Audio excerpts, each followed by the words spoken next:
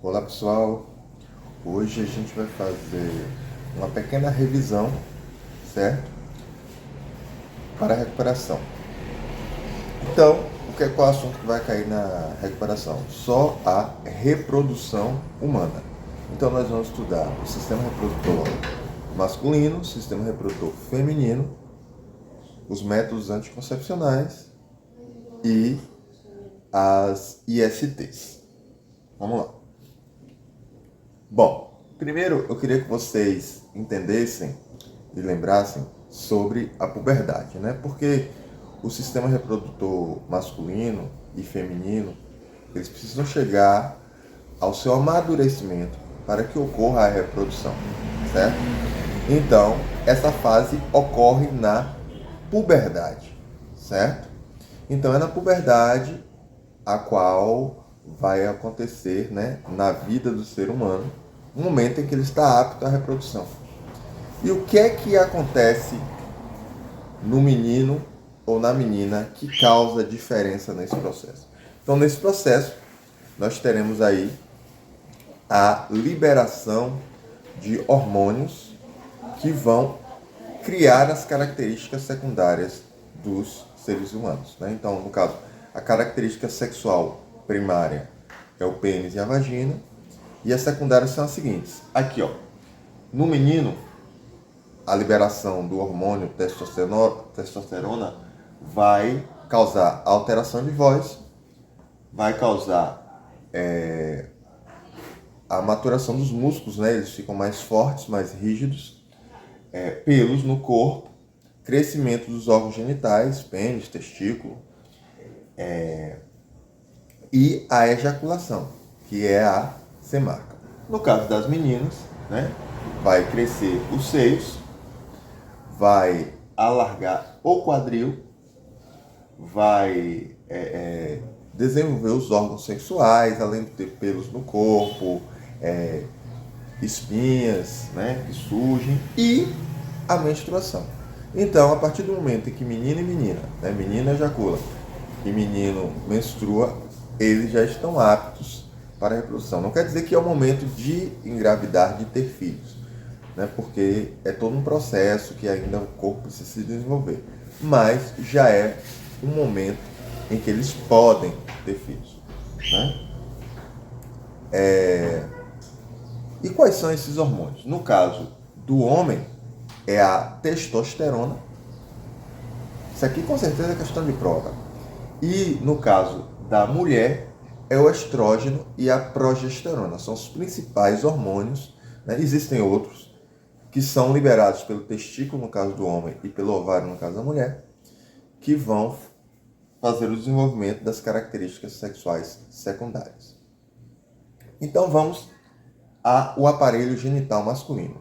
Então aqui nós temos, da parte externa, né, os testículos e o pênis, né? São as partes do aparelho genital masculino, a parte externa, né? Então nós temos o escroto, no qual ficam os testículos, e o pênis, aqui é a glândula do pênis, que é a cabeça do pênis, né? Internamente, aí nós temos alguns órgãos diferenciados, né? No caso do homem, nós temos os testículos, que servem para duas coisas, com certeza questão de prova. É a produção de hormônios, no caso a testosterona, que é o hormônio masculino, e a produção de espermatozoides. Essa é a função do testículo. Só que o testículo só produz. Onde é que ele armazena? Bom, uma boa questão de prova. Ele armazena aqui, ó, no epidídimo, essa região aqui acima do testículo. Então, o testículo produz e o hormônio fica... E os espermatozoides ficam armazenados no epidídimo, certo? Aí, existem dois ductos deferentes que vão conduzir esses espermatozoides até chegar a essa região aqui próximo, abaixo da bexiga, onde vai ser acrescentado a esse caminho o líquido, né, esbranquiçado, produzido por duas glândulas, que é a vesícula seminal e a próstata, que é essa redondinha aqui, certo? Então são os dois. Então, Aí aqui a glândula, a próstata, junto com a vesícula seminal, produzem o sêmen, né, que vai se agregar aos espermatozoides para produzir, vai juntar todos formando o sêmen, né, o esperma e os espermatozoides. Aqui nós temos a uretra, né, que também passa a urina e os espermatozoides. Por isso, sempre que o homem vai ter uma relação sexual, como a urina é ácida, isso mataria os espermatozoides, né? Então o organismo ele limpa o canal da uretra através dessa glândula aqui, que é a bulba uretral.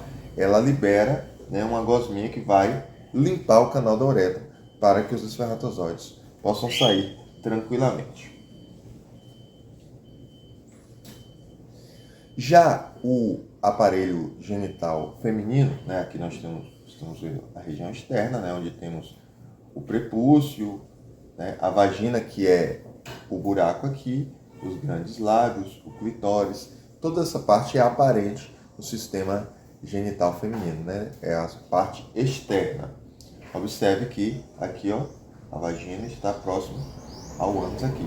Só que diferente do homem, a mulher tem o aparelho urinário, a sua uretra, no caso, né, separada do órgão em que ela faz a relação sexual, que é a vagina. Vamos ver aqui.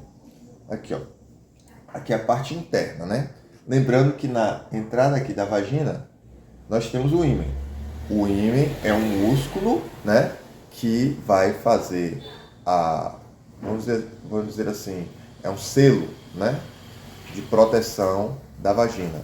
A partir da primeira relação sexual, esse selo pode ser rompido, né?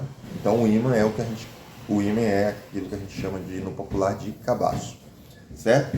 Então aqui nós temos a vagina, que é um órgão pequeno, de 10 a 15 centímetros, né? Onde o pênis tem que penetrar para ter relação sexual.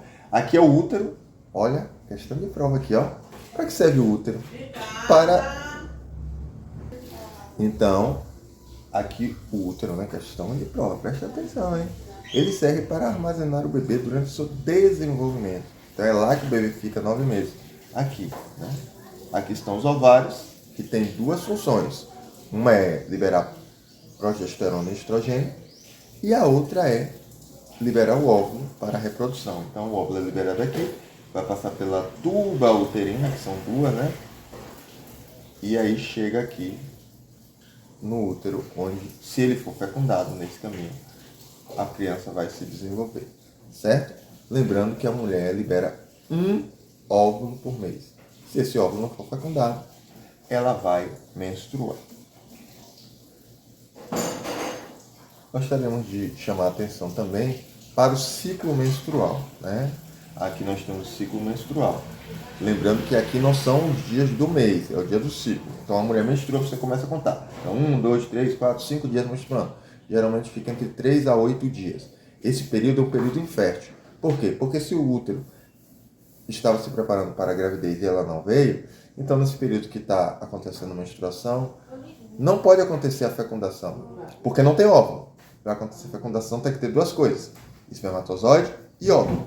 O óvulo já foi liberado e a mulher teve a menstruação. Então ela não está pronta para a reprodução nesse período. É um período infértil. Aí no 6, 7, 8, o útero está recolocando os nutrientes, né, para receber o bebê.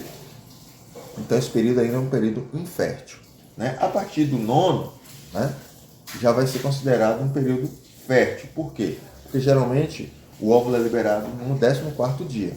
Só que, como um espermatozoide consegue ficar dentro de um corpo, né, de uma pessoa entre 2 a 3 dias, né, 48 a 72 horas, então é possível que esse espermatozoide, a pessoa tenha a relação lá no dia 9, dia 10, e esse espermatozoide continue vivo no corpo até a ovulação, que pode ocorrer entre o dia 10 ao dia 18.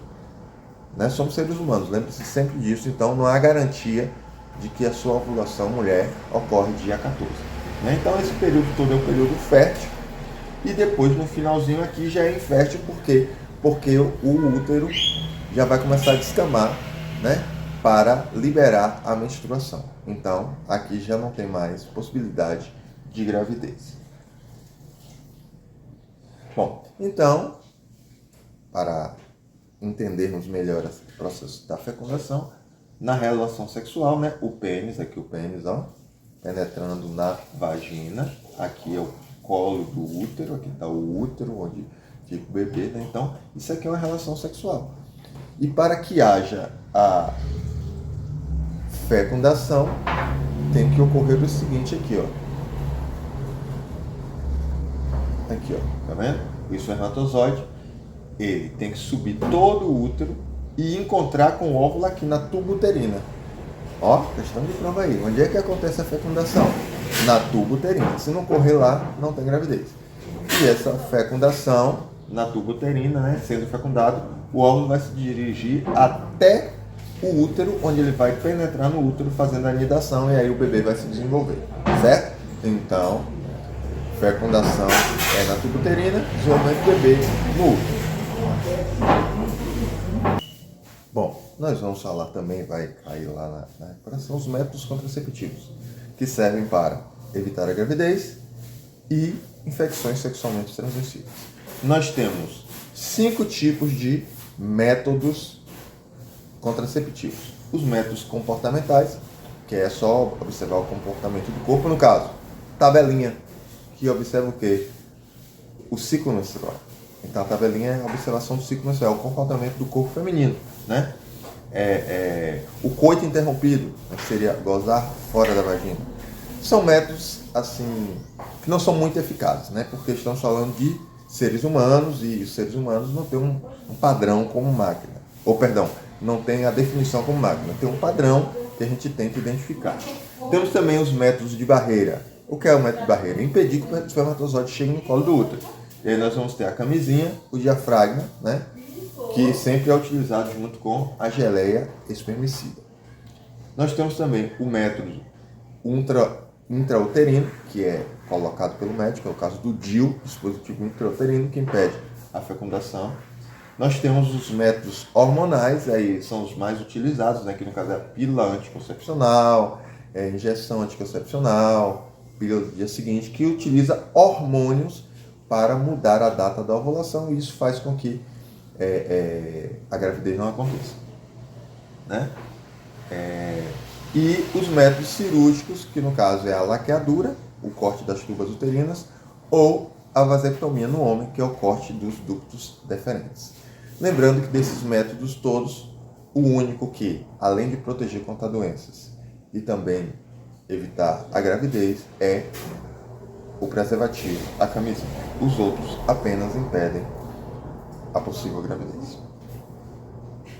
E por fim, as ISTs, que são infecções sexualmente transmissíveis, né? Então, tem que ter cuidado nas relações sexuais, principalmente se você não conhece, né, o seu parceiro ou a sua parceira, porque ambos podem ter doenças sexualmente transmissíveis.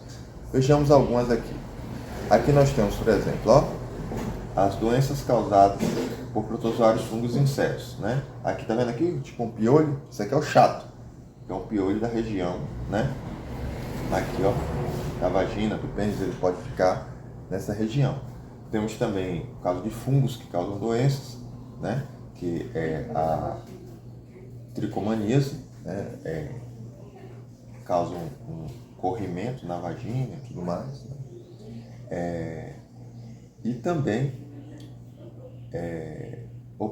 a tricomaníase é causada por um protozoário. Quem causa o fungo é a candidíase, certo? Que é uma inflamação da região que vai causar, aqui, ó, aparecimento de coceira, né? Enfim. Temos também doenças causadas por bactérias. Aqui nós temos o crânio mole, né, que são feridas nos órgãos genitais, a sífilis, né, e a gonorreia, que causa corrimento nos órgãos genitais. E também as doenças causadas por vírus, talvez essa a mais famosa, né? Nós temos o condiloma acuminado, que é a crista de Gaia, causa verrugas, né, nos órgãos genitais, a herpes, que são feridas, e a AIDS, que talvez seja a doença sexualmente transmissível mais conhecida, causada pelo vírus HIV, certo? Então, estudem, se preparem para a recuperação, que vai acontecer dia 10, na terça-feira nós estaremos lá, ok? Um bom estudo e uma boa prova a todos. Valeu?